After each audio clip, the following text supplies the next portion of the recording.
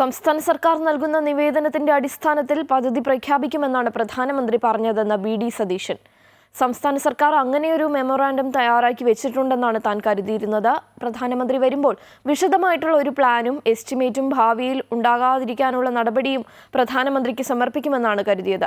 രൂക്ഷമായ സാമ്പത്തിക പ്രതിസന്ധിയിലൂടെയാണ് സംസ്ഥാനം കടന്നുപോകുന്നത്. പ്ലാൻ എ ഇല്ലെങ്കിൽ പ്ലാൻ ബി ഉണ്ടാകുമെന്നാണ് പറഞ്ഞത്.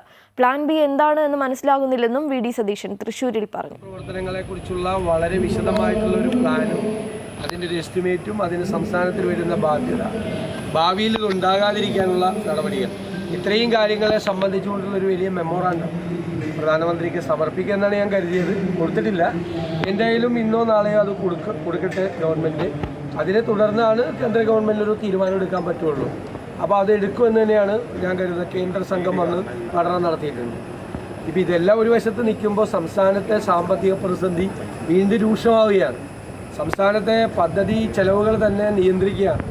ബജറ്റിൽ അനുവദിച്ച വർക്കുകൾ പോലും അതിൻ്റെ എല്ലാ നടപടിക്രമങ്ങളും പൂർത്തിയാക്കി ഭരണാനുമതി കൊടുക്കേണ്ട ഘട്ടത്തിൽ ധനകാര്യ വകുപ്പിൽ നിന്ന് പ്രത്യേക ഉത്തരവിറക്കി ഇതിനൊന്നും ഇപ്പോൾ ഭരണാനുമതി കൊടുക്കേണ്ട എന്നാണ് പറഞ്ഞിരിക്കുന്നത്.